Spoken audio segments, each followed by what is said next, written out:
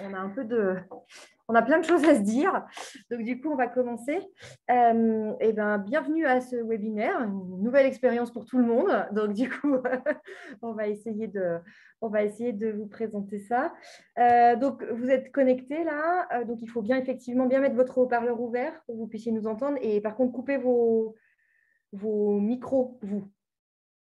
Voilà, pour pas que… Ouais, on n'a pas le son. Vous n'avez pas le son. Bon, bref. Donc voilà, effectivement, ce webinaire a été organisé par la filière. Hein. L'idée, c'était de faire une première formation. Bienvenue au Grand Chêne, qui vient de nous rejoindre. Une première formation un petit peu générale, voilà, sur la nutrition en EHPAD et essayer d'améliorer vos connaissances et puis lancer en fait des choses à développer, mettre des choses en place dans vos établissements respectifs. Voilà, donc sur d'autres formations qui arriveront, lancer ça et sur cette première forme comme ça en webinaire, nous verrons comment évoluera la crise sanitaire et on avisera en fonction pour la suite. On va faire comme on peut avec ce mode de fonctionnement. On veut quand même que ça reste un peu interactif.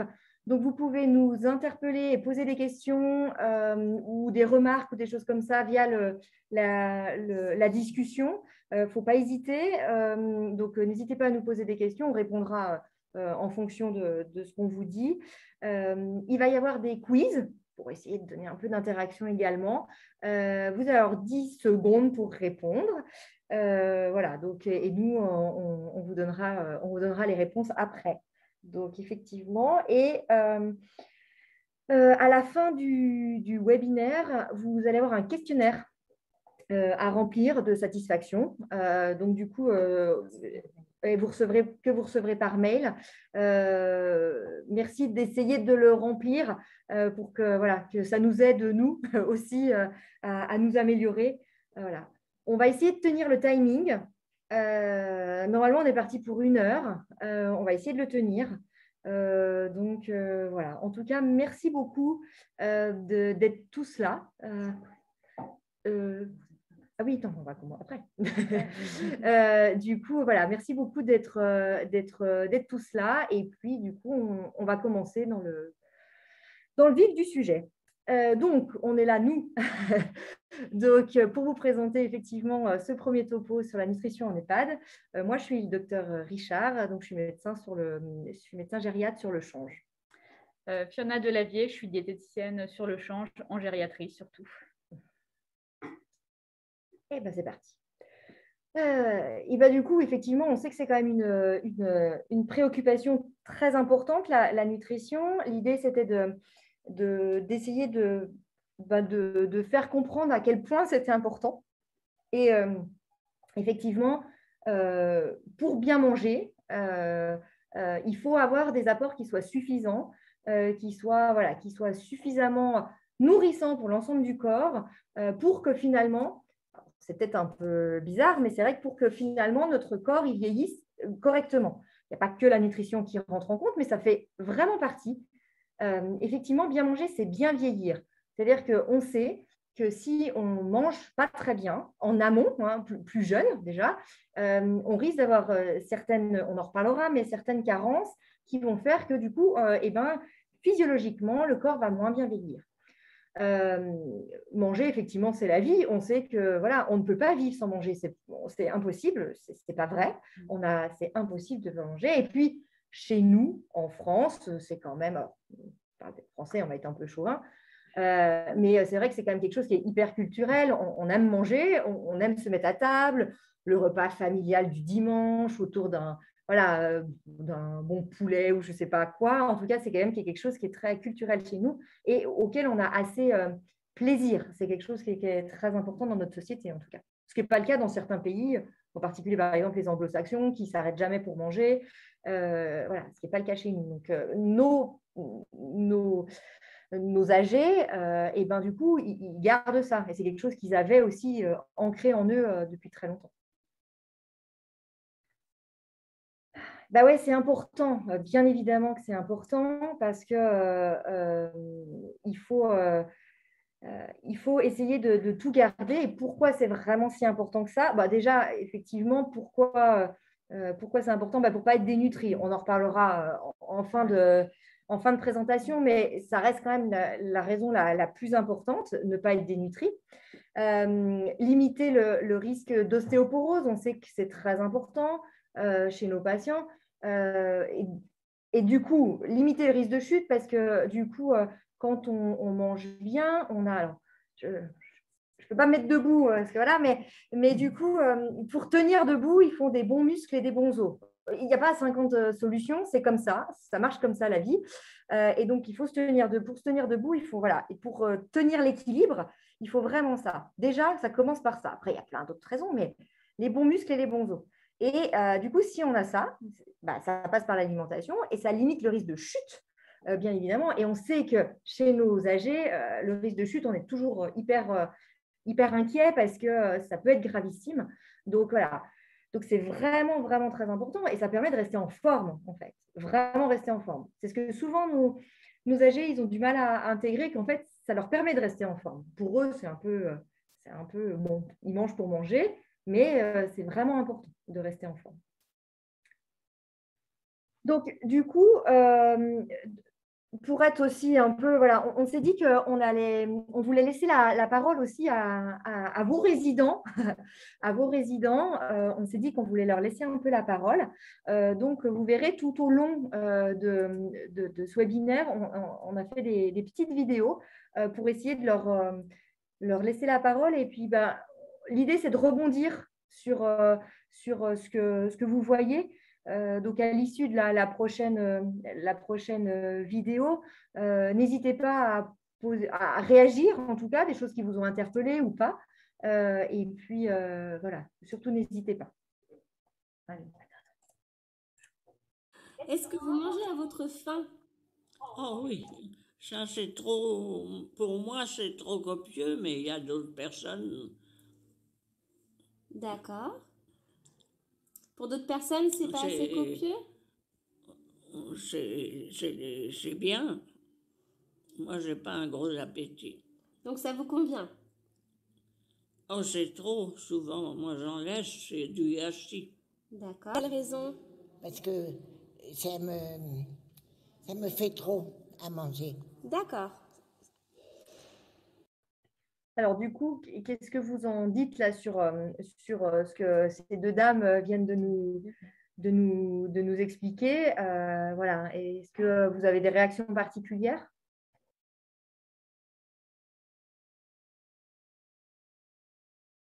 Ou pas? Alors, du coup, moi, ce qu'on trouve, nous, intéressant, c'est que… oui, ouais, carrément. C'est pour ça qu'on fait parler vos résidents, parce que voilà, c'est ce qu'on a l'habitude d'entendre. Ah, trop bien. Ouais. C'est très mal.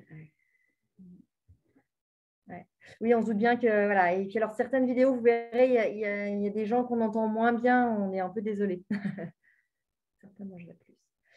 Ouais. Effectivement, ce qui ressort de cette vidéo, c'est que les deux dames disent c'est trop. Effectivement. Alors pourquoi elles disent ça?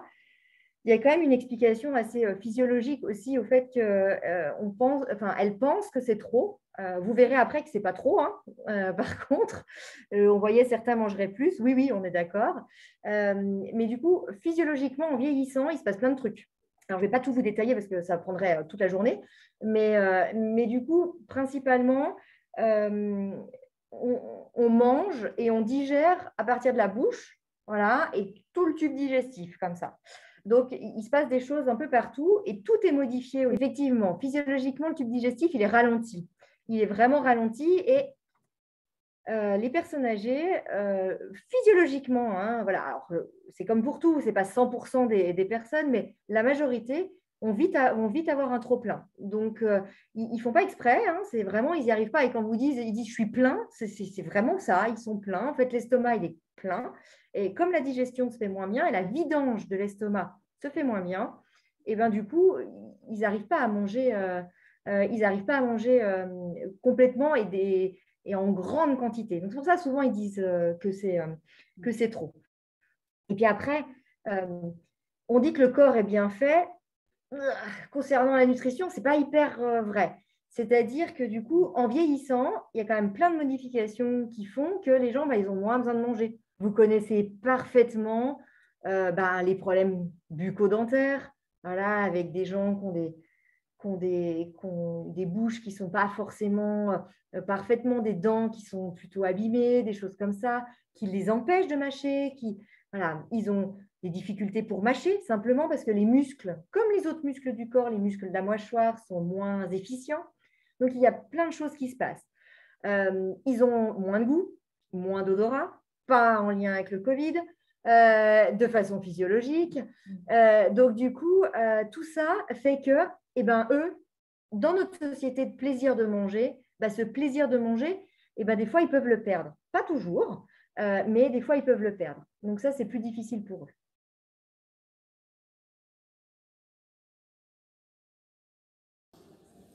Je mange ce qu'on me donne ici, et puis des petits gâteaux. Du coup, on vous a mis quelques trucs et astuces que vous pouvez faire à l'EHPAD. Bon, déjà, la texture adaptée, comme vous a dit Anne, voilà, par rapport à la mastication, par rapport à beaucoup de choses, forcément, si on adapte la texture, si on mouline la viande, si on donne des repas mixés, alors pas systématiquement, mais en tout cas à des patients qu'on aurait besoin, ça déjà, on peut augmenter un peu la prise alimentaire, enrichir les plats. Alors, on verra un petit peu plus loin, mais on peut enrichir avec des choses toutes simples, hein, du fromage, du lait. On peut mettre des croûtons de pain dans de la soupe. Enfin, voilà, ça, on reverra un petit peu plus tard. Assaisonner aussi. Les personnes âgées ont moins d'odorat, moins de goût. Voilà, les sens sont un petit peu affaiblis. Du coup, rajouter du sel, rajouter de la moutarde, de la vinaigrette. Voilà, ça, c'est des choses toutes simples qu'on a à disposition et qui sont tout à fait possibles. C'est important. Il faut bien se dire que votre goût, ce n'est pas celui de vos résidents. C'est-à-dire que ça ne peut pas être le même. C'est-à-dire, vu les modifications du goût et de l'odorat qu'ils ont, ou pas, hein, mais voilà, c'est-à-dire que par exemple, nous, on va dire c'est trop salé, c'est pas bon, mais pour eux, ça convient. Donc, il faut les écouter. Ça, c'est super important, les écouter. Si vous dites que ce n'est pas assez salé, c'est que ce n'est pas assez salé. On reviendra sur le sel après, mais c'est vraiment très important. Donc, ça, c'est vraiment, vraiment important. Et du coup, alors, j'en profite là, même pour parler du sucre. On sait qu'ils ont une forte appétence pour le sucré parce que c'est un goût qu'on perd jamais, en fait, le sucré. C'est-à-dire que on est avec le goût sucré. Hein, vous savez, on donne du sucre pour apaiser les bébés, pour pouvoir faire des soins, des choses comme ça. Donc, c'est quelque chose qu'on connaît, ce goût sucré. Les autres, on les acquiert au cours de notre enfance. Et voilà, quand on est petit, en tout cas quand on est nourrisson, et qu'on commence à diversifier l'alimentation. Et du coup, en vieillissant, on les perd, ces goûts-là. Le sucre, on le perd pratiquement pas, voire pas du tout. Et donc, du coup, c'est pour ça que nos âgés, ils ont cette appétence pour le sucre. Quitte à ce que sucrer les plats, quoi, c'est pas grave. Du coup, on peut mettre du sucre, ça leur donne envie de manger. Notre objectif, c'est leur donner envie de manger. Et puis, par rapport à la digestion qui ralentit, effectivement, on peut fractionner, donner des collations. Comme ça, on fait des moins gros repas. Et puis, 2 heures après, on peut donner un gâteau, un yaourt. Voilà, il y a pas mal d'exemples. Mais fractionner pour leur donner des petites quantités, mais plus souvent, pour augmenter la prise alimentaire.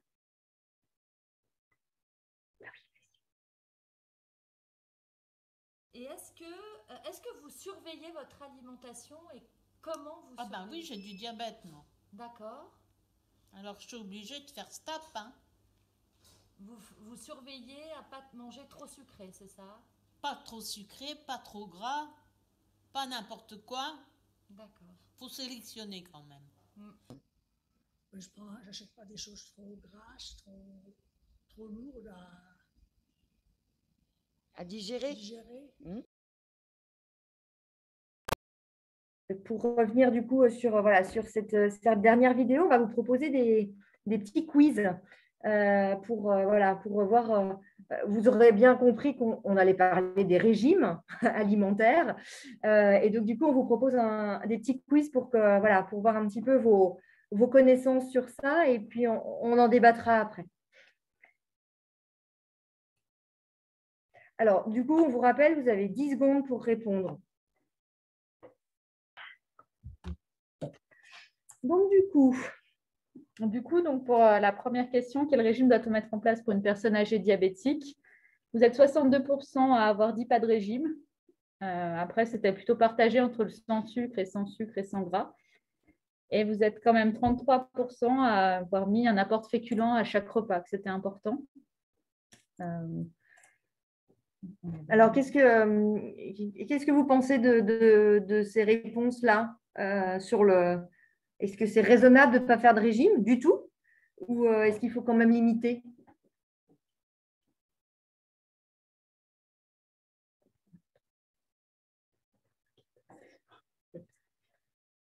Ouais. Pas de régime. Ouais. Ouais. Oui, pas de régime. Mais c'est même pas négociable, en fait, dans l'autre sens. C'est que... ouais. Alors, il y en a qui répondent nourriture égale plaisir. Pas de régime, manger avant tout. Alors, on est tout à fait d'accord. C'est-à-dire que c'est pas de régime. C'est pas de régime sans sucre, sans gras. C'était ce qu'on faisait il y a 20 ans en arrière quand on ne connaissait pas encore le besoin physiologique de notre corps. Maintenant, c'est pas de régime. On sait qu'il y a un trop gros risque de dénutrition, donc aucun régime.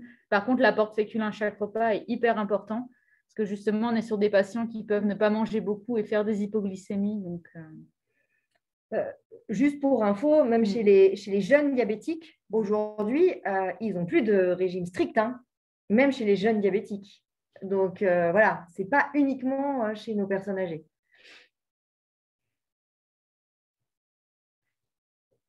Alors, par rapport à l'hypercholestérolémie, vous êtes la moitié à avoir mis pas de régime.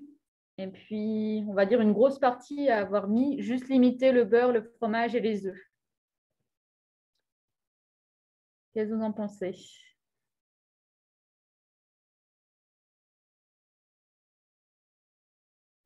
Alors, on revenait sur l'alimentation diabétique. Effectivement, l'alimentation diabétique normale pour tous, oui, complètement. Du coup, le cholestérol, c'est moitié-moitié. Une partie pas de régime, puis une partie qui dit, bon, on limite quand même certaines choses riches en cholestérol. D'après vos réponses. Pas de régime, ouais. Tous. Oui. Ouais. Toujours pas. Surtout enlever les protéines. Ouais. On en parlera après, mais... Effectivement, le gras, comme les autres, hein. C'est-à-dire que sans faire de cours de physio, c'est clair que nos cellules, elles sont faites de gras. Donc, du coup, on a besoin de gras. On en a besoin. On en a besoin et donc, du coup, c'est important. Alors, bien évidemment, on ne dit pas qu'il faut se gaver de charcuterie toute la journée. Voilà, bien sûr que non, quoique, on en a encore.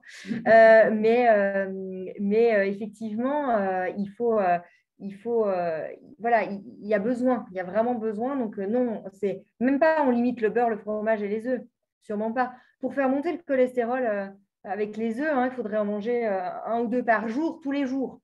On est loin du bal hein, chez nos résidents d'EHPAD. Donc, souvent, les œufs, ils aiment bien ça en plus.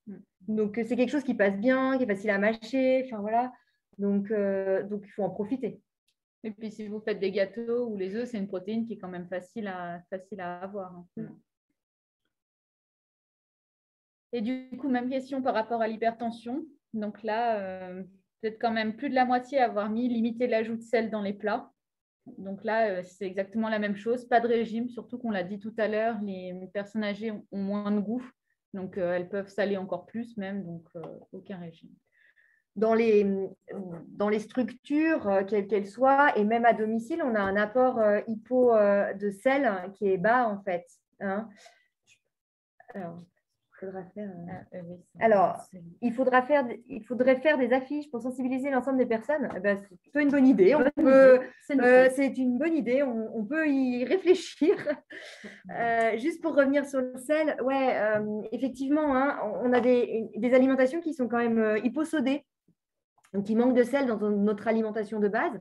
Donc, du coup, de ressaler, ce n'est pas parce qu'on va rajouter un petit sachet de sel sur le plat qui va faire monter la tension ou des choses comme ça. Donc, aucun risque d'un point de vue médical pur, zéro risque. Alors, petit bémol quand même chez les gros insuffisants cardiaques, hein, les gens qui ont vraiment des gros problèmes de cœur, qui sont plein d'œdèmes, qui ont des choses comme ça, je ne dis pas qu'il faut y aller voilà, à fond non plus, mais hormis ces gens-là qui sont quand même pas non plus la majorité, et ben, les autres, il n'y a pas de risque particulier. Donc, deuxième sondage. Pendant que vous finissez de répondre, on a une réflexion là qui est très pertinente, hein. Déjà, dans le grand public, les familles et proches insistent sur les régimes. Pas facile d'obtenir l'adhésion des patients dans ce cadre. Je suis complètement d'accord, ce n'est pas simple. Des fois, c'est plus difficile de convaincre les familles et effectivement les résidents de ça. Je pense qu'il faut expliquer, en fait. Il faut expliquer. Typiquement sur le diabète, moi, quand je vais mes patients en consultation, je leur dis, les complications d'un diabète, ça arrive à peu près, en gros, un diabète très déséquilibré, hein, pour vous donner une idée, un diabète très déséquilibré, les complications apparaissent à peu près autour de 10-15 ans d'évolution d'un diabète déséquilibré. Donc, c'est-à-dire quand même, quand on a un résident de 90 ans, on peut se dire, ça veut dire que si vraiment il est très déséquilibré, hein, vraiment, ou le diabète fait n'importe quoi, et ben du coup, on se retrouve au bout de 10-15 ans avec des complications. Souvent, ça les rassure. Donc, je pense que il y a des choses qui peuvent être expliquées, en tout cas. Mais c'est vrai que ce n'est pas simple. Ça, je ne vous cache pas que même parmi mes confrères, des fois, ce n'est pas simple d'expliquer qu'il ne faut pas faire de régime. Alors, les résultats. Ah bon, très bien. Alors, on va reprendre. Ah, on l'a. Ah, mais super. Voilà. Du coup, là, vous êtes la majorité à avoir répondu qu'effectivement, quand on ne mange pas pendant une journée, on a un déficit de 1500 calories et 70 à 120 grammes de protéines. Voilà, c'est un minimum. C'est vraiment pour une personne avec un petit poids, avec pas beaucoup de besoins. Mais vous voyez que c'est déjà énorme. Et en fait, là, on peut se dire que si pendant 7 jours, on ne mange pas, on perd à peu près 2,5 à 3,5 kilos de muscles. Et 7 jours, ça arrive très rapidement. Surtout à l'hôpital, on a des patients qui arrivent aux urgences, qui ne mangent pas pendant 48 heures, qui ont des examens, qui arrivent en service. Pour plein de raisons, ils peuvent ne pas manger parce que voilà, ils sont en phase aiguë, ils ne sont pas bien. 7 jours, c'est très, très rapide. Voilà. Encore un petit dernier quiz avec des réflexions, vous allez voir, de ce qu'on a entendu. Hein, c'est vrai. Voilà. Donc, c'est parti. C'est parti. Vrai, faux. Rapide, vrai, faux. Alors, j'ai pris de l'âge, donc je dois manger moins. Vous bravo. avez tous tout juste. Vous êtes au top. Oui, non. On verra après. C'est au contraire. Le soir, une soupe me suffit. Bon, il y a une personne qui a répondu vrai. Effectivement, c'est faux. Hein. Une soupe, il n'y a pas grand-chose comme apport en calories, en protéines. C'est des légumes et de l'eau. Hein. Donc, voilà. Je fais attention à supprimer les graisses et les sucres. Donc, pareil, 2 personnes qui ont mis vrai. Tout le reste, vous êtes tous d'accord pour dire que c'est faux. Effectivement, on a un petit peu insisté avant. Pas de régime chez la personne âgée. C'est chez la personne âgée. Ouais, mais on n'a pas la suite. Je peux descendre. Répondu. On ne voit pas, nous. On voit pas. Voilà, on descend. Non. Ah, si, c'est bon. C'est bon. Okay. C'est bon. Petit problème technique, on y est. Il est important de manger des féculents à chaque repas. Donc ça, on l'a dit tout à l'heure. Pareil, c'est vrai. Vous êtes la grosse majorité à avoir dit que c'était vrai. J'ai du mal à mâcher, alors j'ai supprimé la viande. Donc, effectivement, c'est faux. On a vu tout à l'heure qu'on pouvait adapter la texture. On verra aussi un peu plus tard qu'on peut remplacer. Hein. Il n'y a pas que la viande qui apporte des protéines. Je peux manger une portion de fromage tous les jours. C'est vrai, même on les encourage à le faire, voire même plus qu'une portion. Bravo. Sans problème. Tout le monde a répondu. Tout le monde a dit vrai. Vrai. Avec mes kilos en trop, j'ai des réserves. Je ne risque pas d'être dénutrie. Alors là, c'est très bien. Vous avez tous mis faux. Effectivement, super. Même une personne obèse ou en surpoids peut être dénutrie. On le verra un petit peu plus loin.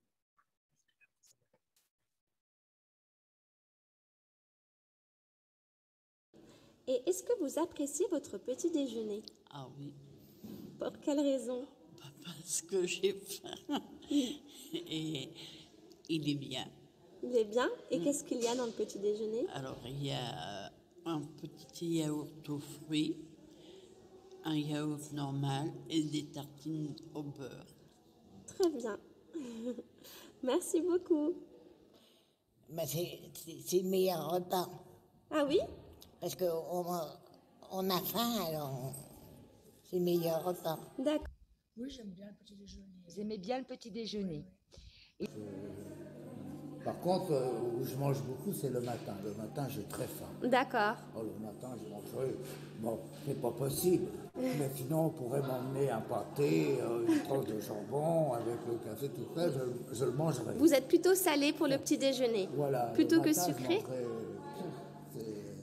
Mais d'abord, je mange, bon, je me fais apporter des céréales. D'accord. Parce qu'avec ce que je mange, ça me suffit pas. D'accord. Très Donc, bien. je mange en plus des céréales, et puis ça va très bien. C'est tout. Très bien. Là, du coup, on voit qu'effectivement, ils sont tous d'accord pour dire que le petit déjeuner, c'est le moment où ils ont faim, que c'est leur meilleur repas. Donc, effectivement, c'est au petit déjeuner qu'on peut essayer de leur couvrir un maximum les besoins. On n'est pas obligé de se contenter de 2 biscottes avec un peu de beurre. Le monsieur le dit très bien, qu'il pourrait manger du pâté, du fromage. Le petit déjeuner, ça peut très bien être du salé ou du sucré. Ça peut très bien être les deux.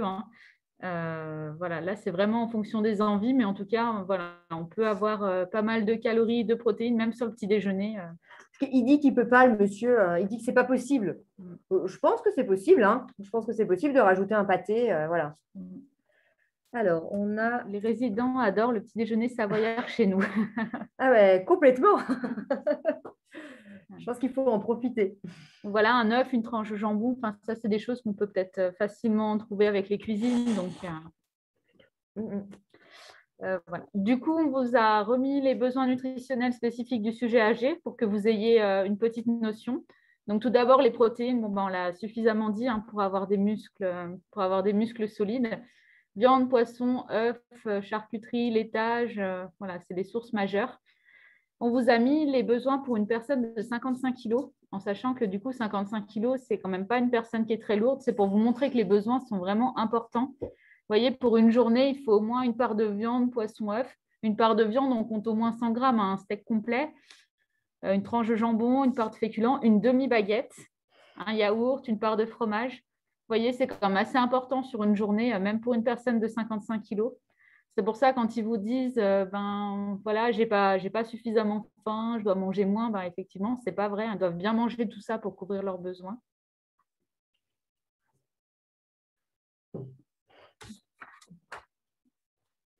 Donc, les glucides, au moins 150 grammes par jour, 2 portions de féculents, 2 portions de fruits, une demi-baguette de pain. Voilà, on est quand même sur des quantités importantes. Pareil pour les graisses. Là, on revient dessus, on ne limite pas le beurre, les huiles, on ne limite pas les matières grasses, on en a besoin, on l'a dit, c'est pour nos cellules.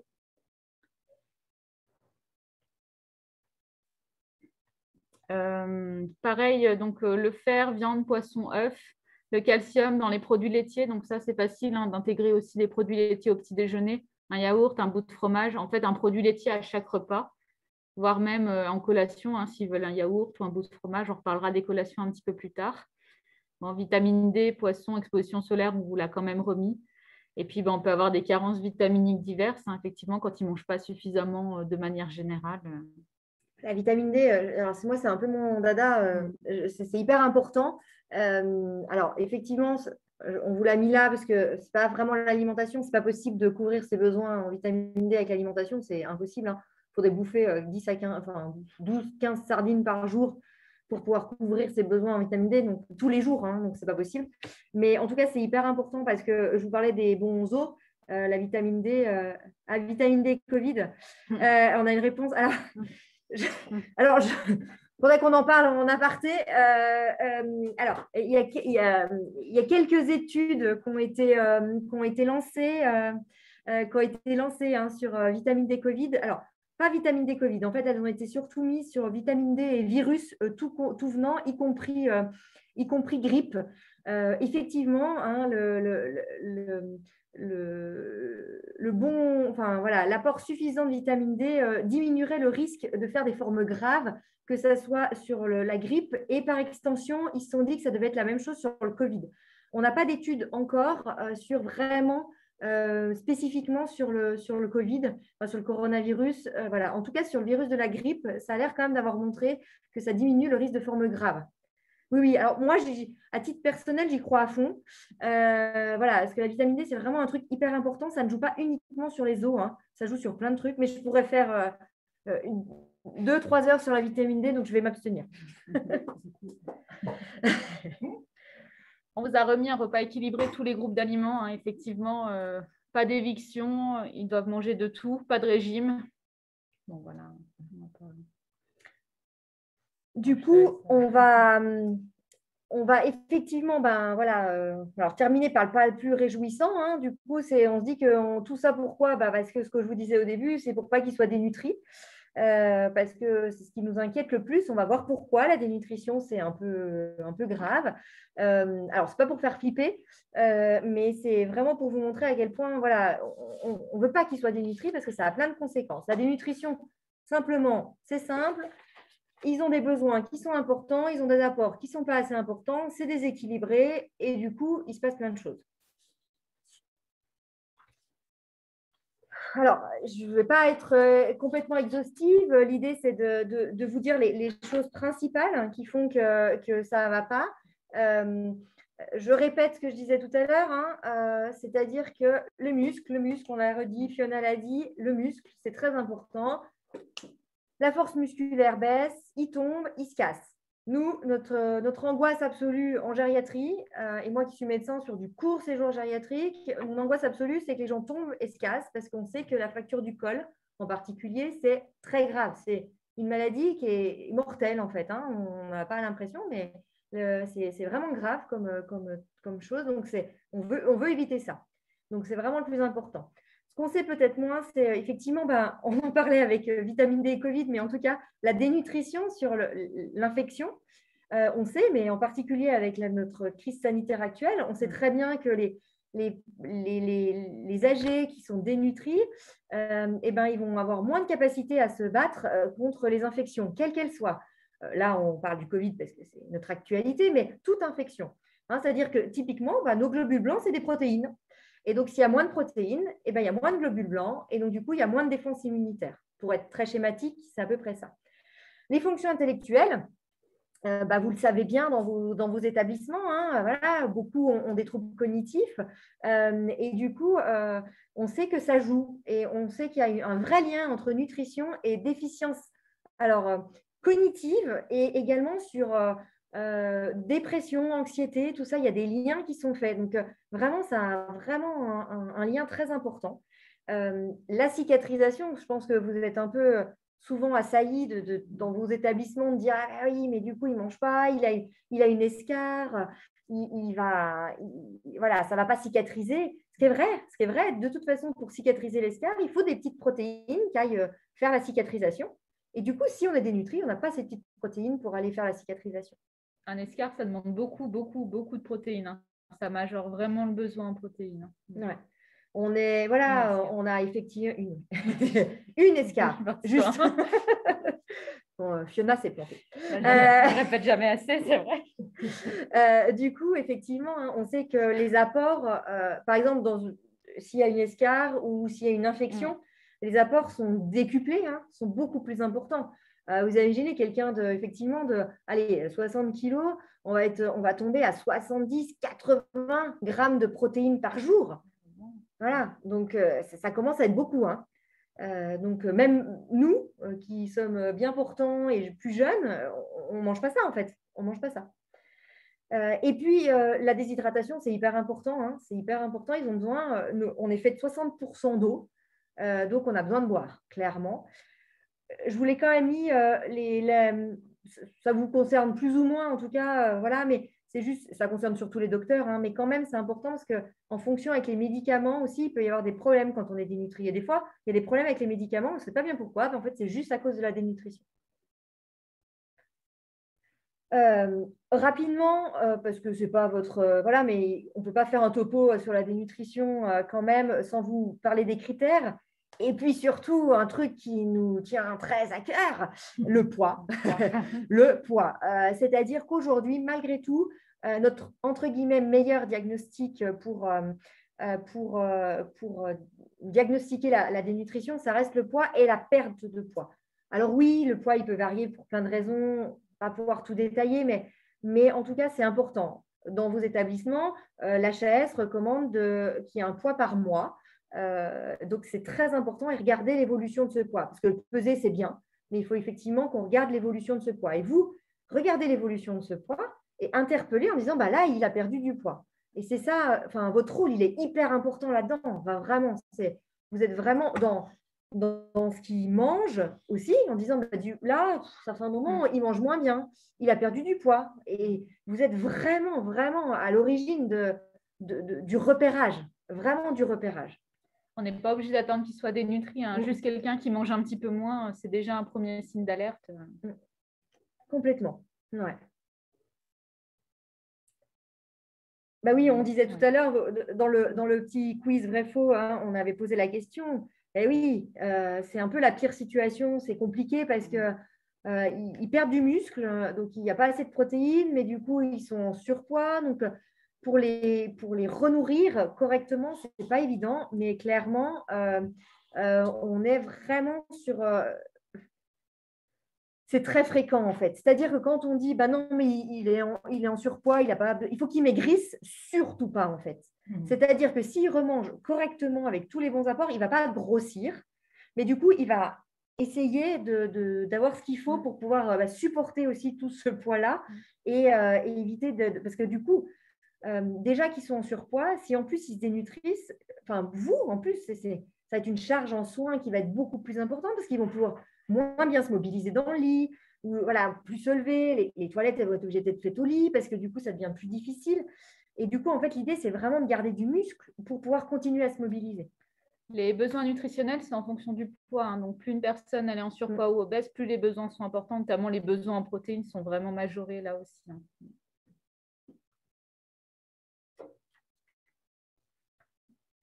Alors, on répète, c'est vraiment le rôle, c'est le poids. Voilà, ça reste quand même si c'est pas toujours fiable, on est d'accord, on est bien, mais ça reste quand même quelque chose qui est super important.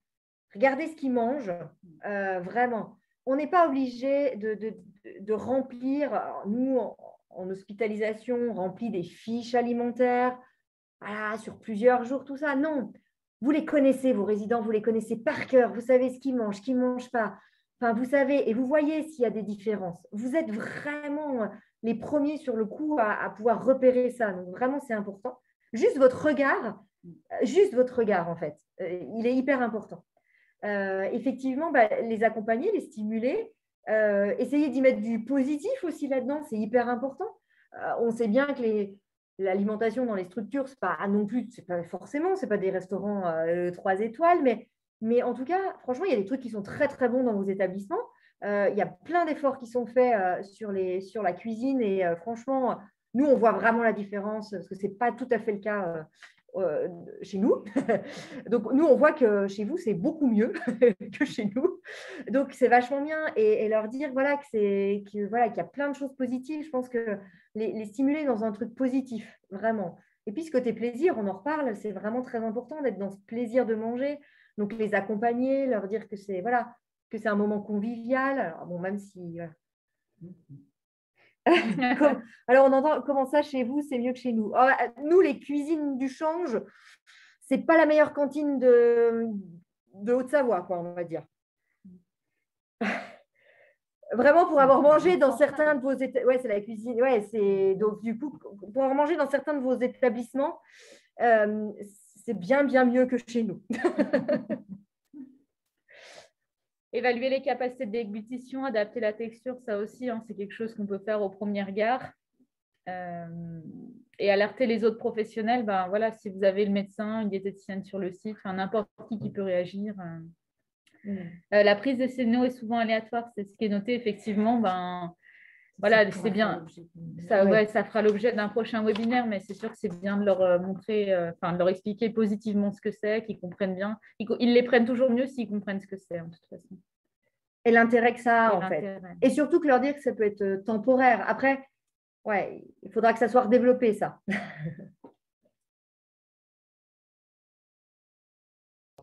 Et du coup, est-ce que vous avez faim au dîner le soir? Pas excessivement. Pas excessivement. Non, pas excessivement. un gros appétit le soir. D'accord. Très bien.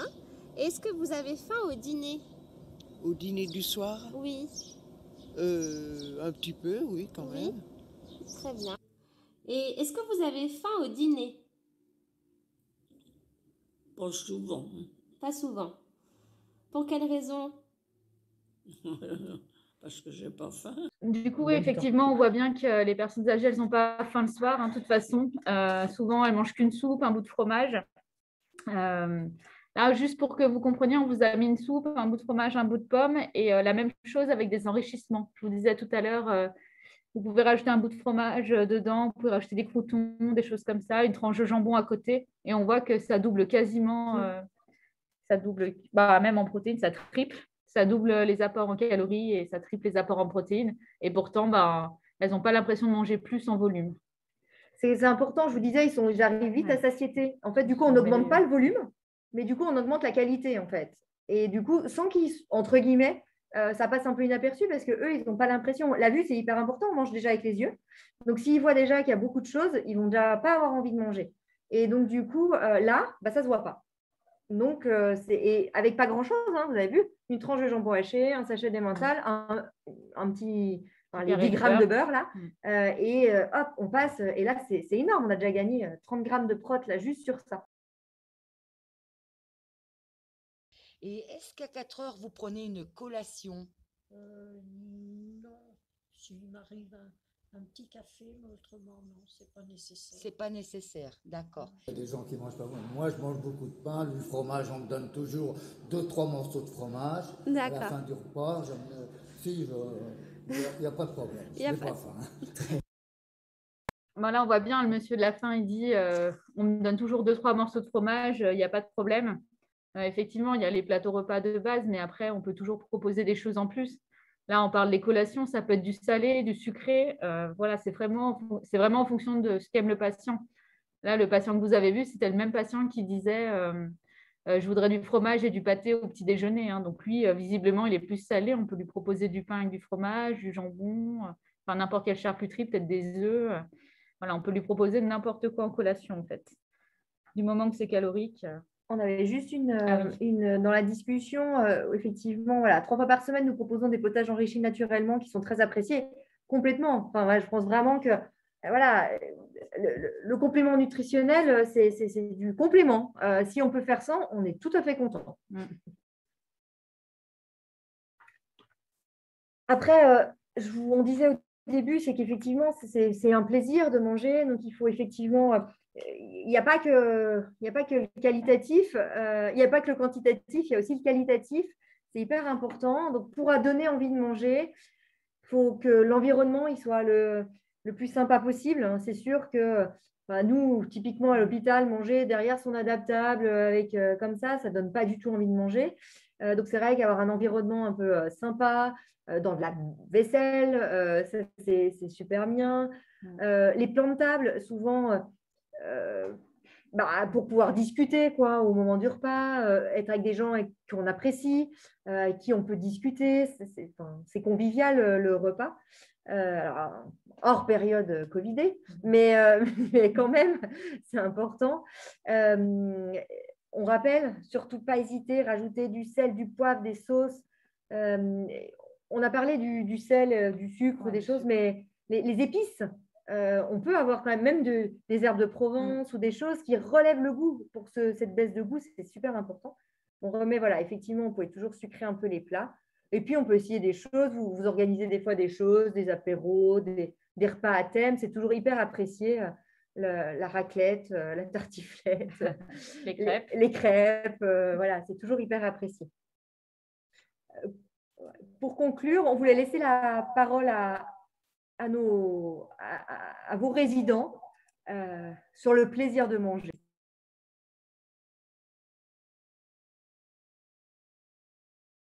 Donc, est-ce que vous prenez du plaisir à manger, d'une manière générale? Je ne sais pas comment je vous ai répondu. Oui, du plaisir à manger, oui, quand c'est bon, oui. Il y a des plats que j'aime bien Et il y a des plats que j'aime bien quand il y a par exemple, des crises de pintade, la pintade, j'adore ça. Des crises de pintade comme avec des petites pommes de terre sautées. Pour moi, c'est parfait. D'accord. Ah oui, bien sûr. On mange bien ici, hein. D'accord, ça correspond à... Vous y prenez du plaisir, c'est bon. On mange très bien. Pour être une cantine, faut pas tourner sa langue, hein.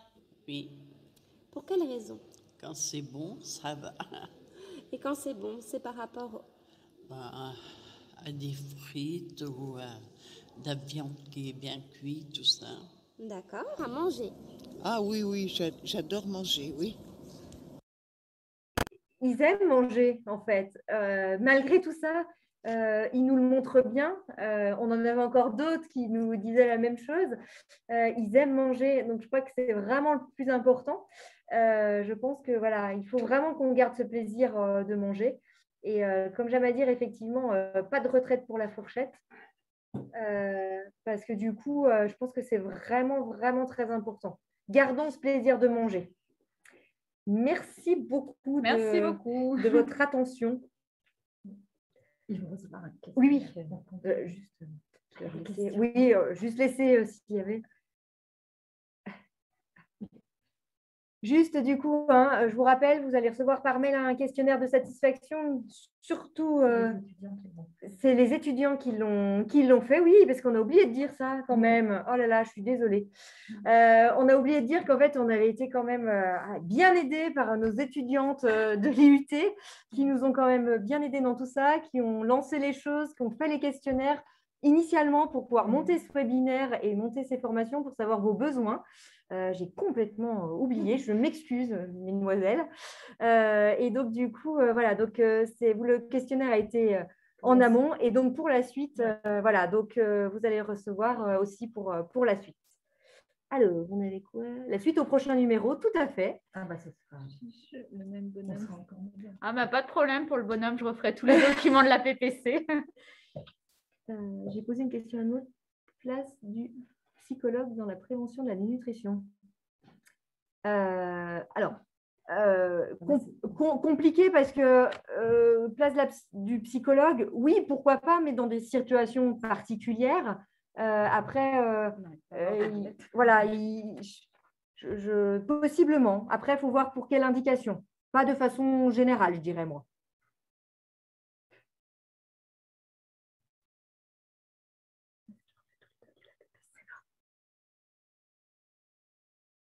Bon, bah écoutez, si vous n'avez pas d'autres remarques ou questions, on va vous... Pourra-t-on le voir en replay? Ah, pourra-t-on le voir en replay? Oui, tout à fait. C'est ce que j'allais dire. Ah, ben voilà. Eh ben voilà, on enverra le lien. On enverra le lien. Ouais.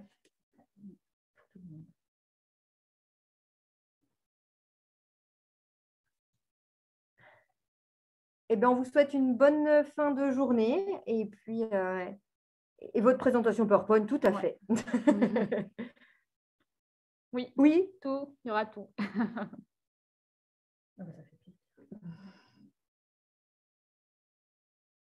Bonne journée et puis mangez bien. Merci à tous, bonne journée.